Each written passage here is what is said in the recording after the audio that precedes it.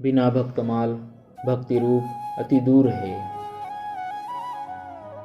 अनंत कोटि ब्रह्मांड नायक श्री भगवान की अहेतुकी कृपा से जीव को मनुष्य शरीर प्राप्त होता है। मानव जीवन का चरम लक्ष्य भगवत प्राप्ति ही है। भगवत प्राप्ति भक्तों का संग किए बिना संभव नहीं है, ऐसा सभी सदग्रंथ कहते हैं। भक्त संग प्राप्त करने का एक सहज सुगम साधन है। श्री नाभा गोस्वामी चरित श्री भक्तमाल ग्रंथ। इसका अध्ययन, श्रवण तथा इसमें वर्णित चरित्रों का मनन एवं अनुशीलन करने से भक्तों के संग का लाभ सहज ही प्राप्त होता है। इस ग्रंथ में वर्णित भक्त गाथाओं में नवधा, प्रेम लक्षणा आदि भक्ति के विविध रूपों का ज्ञान, वैराग्य, तप, त्याग, शील, सदाचार, सत्य, अहिंसा, क्षमा, दया, समानता और दैन्य आदि सद्गुणों का, भक्ति की रहनी सहनी कहनी, भगवान के प्रति उनके दास्य, सख्य आदि दिव्य भाव तथा श्री भगवान की भक्त वत्सलता, भक्त प्रियता, कृपालुता, सौलभ्य, सौशील्य आदि कल्याण गुणों का मनोरम वर्णन हुआ है। महापुरुषों के जीवन का अध्ययन करने से मनुष्य को अपनी भूलों का बोध होता है एवं भवाटवी से निकलकर वास्तविक सुख को प्राप्त करने की प्रेरणा मिलती है। उनके चरित्र को हृदयंगम करने से मनुष्य की विषय वासना, दुष्कर्म प्रवृत्ति, अन्याय से अर्थोपार्जन की वृत्ति आदि समस्त दोष जड़मूल से नष्ट हो जाते हैं। वे सभी लाभ भक्तमाल ग्रंथ के अध्ययन से प्राप्त होते हैं। तथापि इस ग्रंथ की विशिष्ट देन है अहंकार का नाश अर्थात दैन्य की उपलब्धि। इसमें वर्णित गाथाओं का प्रेम पूर्वक पठन श्रवण करने से क्रमशः अभिमान नष्ट होता है और भक्तों के हृदय का उत्कृष्ट दैन्य पाठकों के हृदय में संचरित होने लगता है, जिसके परिणाम स्वरूप उसका भक्ति राज्य में प्रवेश हो जाता है। यही भक्तमाल ग्रंथ का सर्वोपरि लाभ है। वेद पुराण आदि ग्रंथों में भक्त चरित्र का प्रचुर वर्णन प्राप्त होता है।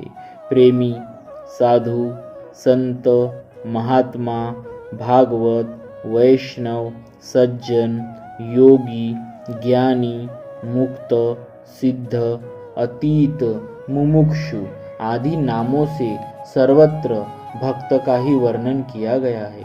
इन पृथक पृथक नामों से जो लक्षण हमारे आर्ष ग्रंथों में वर्णित है वे भक्त के ही लक्षण है। ये लक्षण जिस महापुरुष के जीवन में प्रत्यक्ष हो वह भक्त रूप से मान्य है। वैदिक वाङ्मय में विश्वामित्र, याज्ञवल्क, शौनक आदि ऋषियों के जो वर्णन प्राप्त है वे भक्त चरित्र ही है। इसीलिए भक्तमाल ग्रंथ के पूर्वार्ध में इन वैदिक पौराणिक ऋषियों का स्मरण किया गया है। भक्तमाल की रचना से पूर्व सभी साधक वेदादि ग्रंथों से भक्त चरित्रों को हृदयंगम करते थे। प्राचीन काल में मनुष्य की मेधा शक्ति, संस्कार, जीवन शैली, वातावरण आदि परिष्कृत और पवित्र होते थे, अतः वे इन आर्ष संस्कृत ग्रंथों से भक्त चरित्र का परिशीलन कर परमार्थ साधन में उन्नति कर लेते थे। जैसे जैसे कली का प्रभाव बढ़ता गया, हमारे संस्कार, वातावरण आदि दूषित होते गए। ऐसी स्थिति में अपौरुषेय वेदों से अथवा ऋषि प्रणीत संस्कृत ग्रंथों से भक्त चरित्र को ग्रहण कर पाना क्रमशः कठिन होता गया। करुणा वरुणालय श्री भगवान ने ऐसे ही समय में नाभाजी को धराधाम पर भेजा। श्री सीताराम जी की निज सखिया ही उनकी आज्ञा से विश्व कल्याण के लिए श्री अग्रदेवाचार्य जी एवं उनके शिष्य श्री नाभादास जी के रूप में धरती पर प्रकट हुई, ऐसा माना गया है। अग्रदास नाभा आदि सखी ये सबे सीताराम की। वेद पुराणादिक ग्रंथों में वर्णित भक्त चरित्र इस प्रकार है, जैसे दुग्ध में घृत। जब उस घृत को विधि विशेष से पृथक निकाल लिया जाता है तो वह सर्वजन ग्राह्य हो जाता है। इसी प्रकार गोस्वामी श्री नाभादास जी ने प्राचीन आर्ष ग्रंथों से भक्त चरित्र रूपी घृत को पृथक कर उसका प्राकृत भाषा में वर्णन किया है, जिससे वह सब के लिए सुलभ हो गया। श्री नाभादास जी की प्रशंसा में कहा गया है, बार बार पद बंदो श्री नाभा, आभा ऐन जिन काढ़्यो, गाभा वेद को भक्तमाल रस दैन। नाभा जी ने वेदों से उसका गाभा सार का भाग निकाल कर सर्वजनीय भक्तमाल ग्रंथ की रचना की। भक्तमाल के प्रारंभ में ग्रंथ रचना का उद्देश्य एवं विषय वस्तु आदि का वर्णन इस प्रकार किया गया है। संतन निर्णय कियो मथि श्रुति पुराण इतिहास, भजिबे को दोई सुधर कै हरिदास। श्री गुरु अग्रदेव आज्ञा दई भक्तन को जस गाओ, भवसागर के तरण को नाहिन और उपाओ। वेद पुराण इतिहास आदि ग्रंथों का अवलोकन कर संतों ने एक स्वर में एक यह निर्णय दिया कि मुमुक्षु जीवन को श्री भगवान एवं उनके भक्तों का ही भजन करना चाहिए। भगवान के अनंत गुण, लीला एवं महिमा का यथासंभव वर्णन वाल्मीकि व्यासादि ऋषियों ने किया है। अब उनके भक्तों के मंगलमय चरित्र का पुष्कल वर्णन किया जाए, यह विचार कर श्री अग्र देवाचार्य जी ने अपने शिष्य श्री नारायण दास जी नाभा जी को भक्तों का यशोगान करने की आज्ञा प्रदान की, क्योंकि भक्तों का आश्रय लिए बिना इस भवसागर से पार जाने का और कोई उपाय नहीं है। गुरुदेव की आज्ञा श्रवण कर नाभा जी ने हाथ जोड़कर उनसे प्रार्थना की, गुरुदेव, मैं भक्तों का चरित्र कैसे वर्णन कर सकूंगा? श्री राम कृष्ण आदि अवतारों की लीला का गान करना कदाचित सुगम है, किंतु संतों के अपार भाव रहस्य को समझना कठिन है। तब श्री अग्रदेवाचार्य जी ने उन्हें आशीर्वाद दिया कि जिस भक्त का तुम स्मरण करोगे वे स्वयं तुम्हारे हृदय में आकर अपने स्वरूप को कह देंगे। श्री गुरुदेव से यह अमोघ आशीर्वाद प्राप्त कर श्री नाभादास जी भक्तमाल के प्रणयन में प्रवृत्त हुए। जिस प्रकार श्रीमद् भागवत महर्षि वेदव्यास की समाधि भाषा है, उसी प्रकार भक्तमाल को नाभा जी की समाधि वाणी माना जाता है। इसीलिए सभी धर्म संप्रदायों के अनुयायी विद्वानों ने यह स्वीकार किया है कि इस ग्रंथ में किया गया भक्त गाथाओं का वर्णन सर्वथा यथार्थ है। इसमें किसी प्रकार के पूर्वाग्रह अथवा पक्षपात का कोई स्थान नहीं है। श्री नाभा जी के समय के ही रसिक संत श्री धुवदास जी ने कहा, भक्त नारायण भक्त सब धरय ही ये दृढ़ प्रीति, बरणी आची भांति सो जैसे जाकी रीति।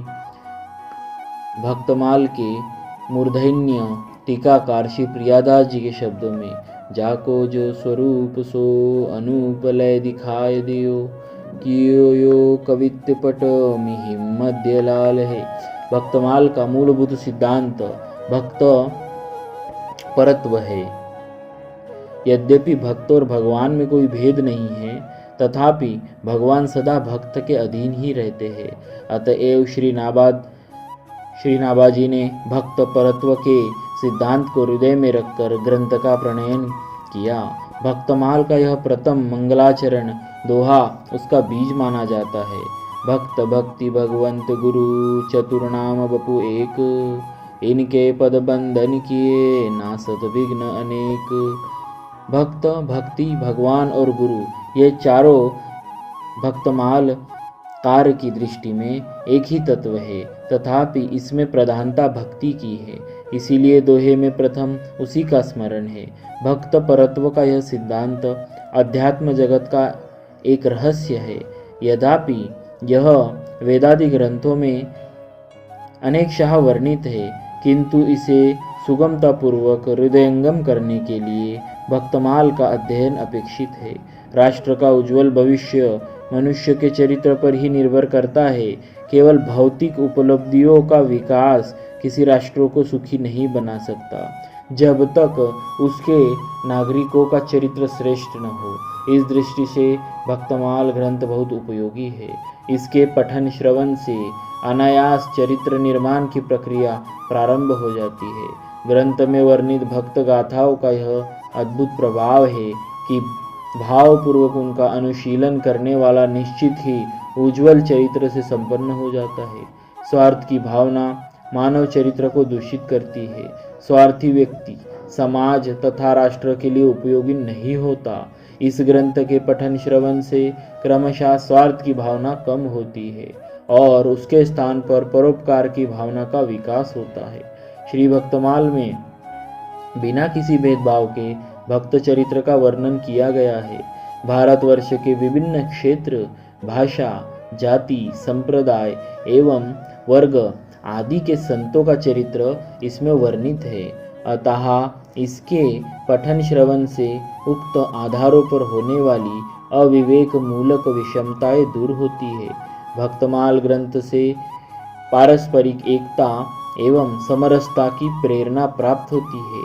इसकी गाथाओं में कई स्थलों पर हमारी प्राचीन संस्कृति की छटाई के दर्शन होते हैं।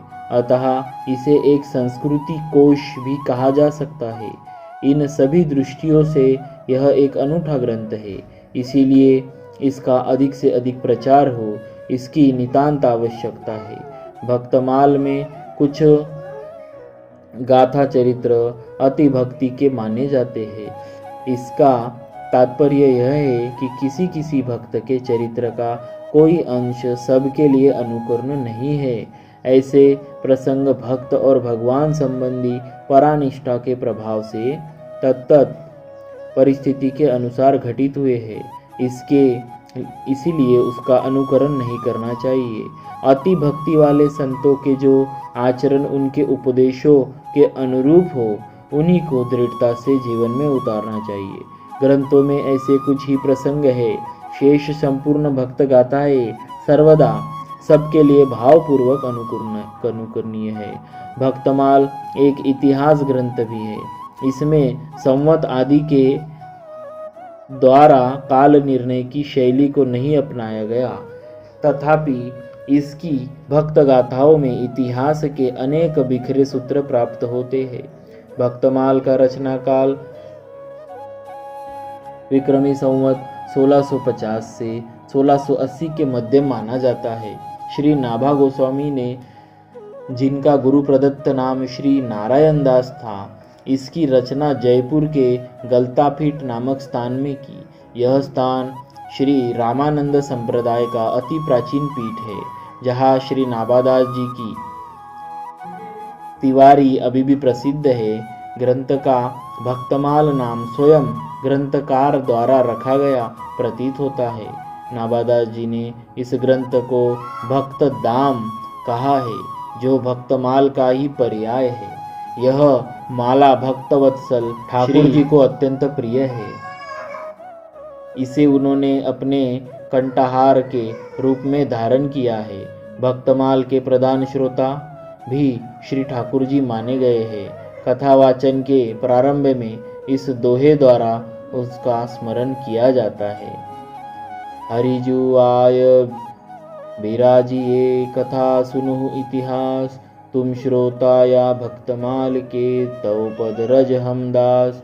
ग्रंथ रचना के लगभग 100 वर्ष पश्चात विक्रमी संवत 1769 में संत श्री प्रियादास जी ने इस पर भक्ति रस बोधिनी नामक टीका लिखी।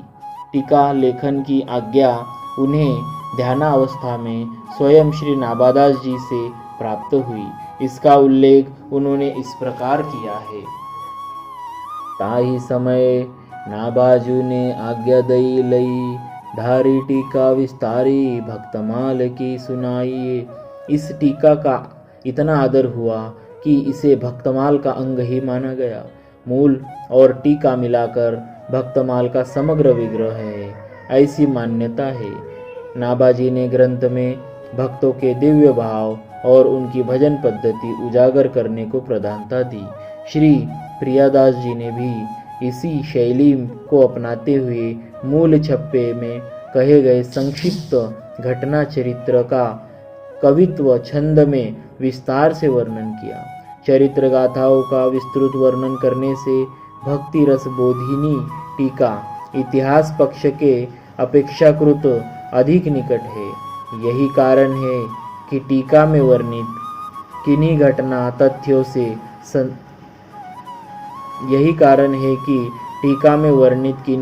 घटना तथ्य के संदर्भ में कुछ इतिहासकारों द्वारा कभी कभी वैमत्य प्रकट किया जाता है, परंतु उसका अधिक मूल्य इसीलिए नहीं है क्योंकि किसी एक तथ्य के प्रति इतिहासकारों के भी तो भिन्न भिन्न मत होते ही है।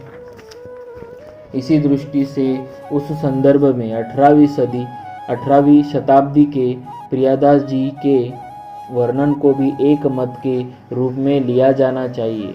वस्तुतः भक्तमाल और उसकी भक्ति रस बोधिनी टीका दोनों अभिन्न ही है।